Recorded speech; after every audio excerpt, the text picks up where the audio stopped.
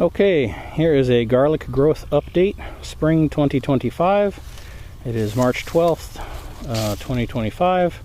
We had a very harsh winter this winter, the worst winter we've had in a long time. And the garlic is doing just fine. It seems to be all coming up. There's lots of green shoots in there. So it'll be a good year. The mulch did its job. This is the first week of May 2025.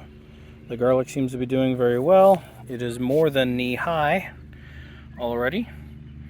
The main bed here with the hardneck garlic seems to be doing very well.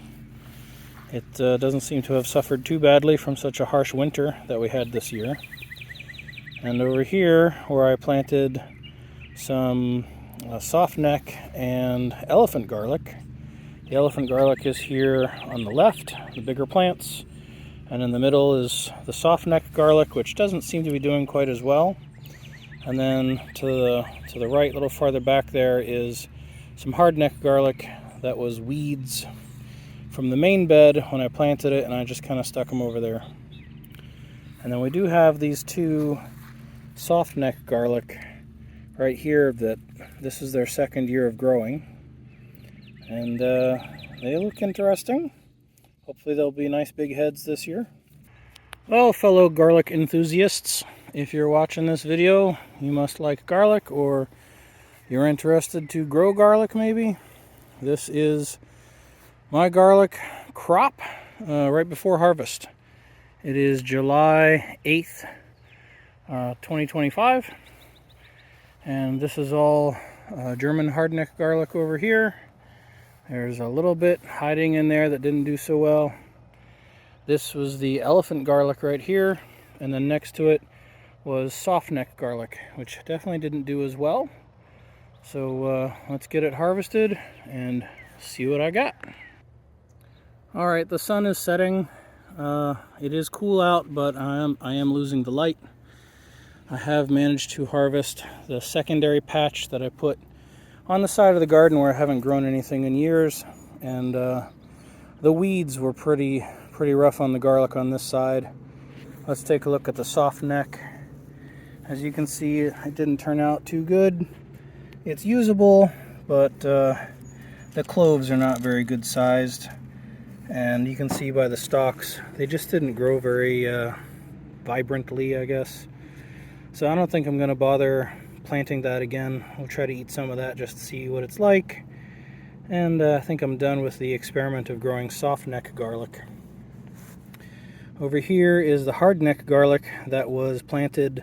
This was weed garlic, you know, stuff that I weeded out of the garden garlic patch when I was planting, and then I just kind of stuck it on the side of the other garlic that I planted just to see what would have come up. And here, this was a whole head apparently that got stuck in there or left in there, and it grew a whole bunch of little ones. But you can see I did get some decent sized heads just from the weed garlic.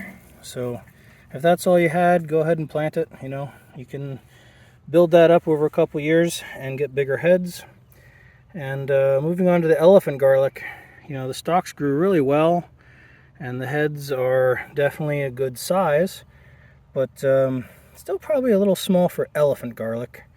But I did not have really big cloves to start with last year, so I think I'm going to eat a couple of these and try planting the biggest cloves again next year or later this year to see if I can get them any bigger. Well, I don't think I've got it in me to harvest the big patch tonight. It's going to get dark too quick and the mosquitoes are already coming out. But I just remembered I do have two softneck garlic that never got picked from last year. I just left them in place to grow. So let me pull those up and see what they turned into. Alright, well, as I expected, those heads that were in there for 2 years, they turned out pretty spectacular for the softneck garlic. Those are really good sized, and you can see they've got all these little extra cloves sprouted around them. So those were happy plants, but that was 2 years worth of growth from very small cloves. So You know, that's encouraging, but at the same time, I don't know. All right, here's some garlic harvesting action.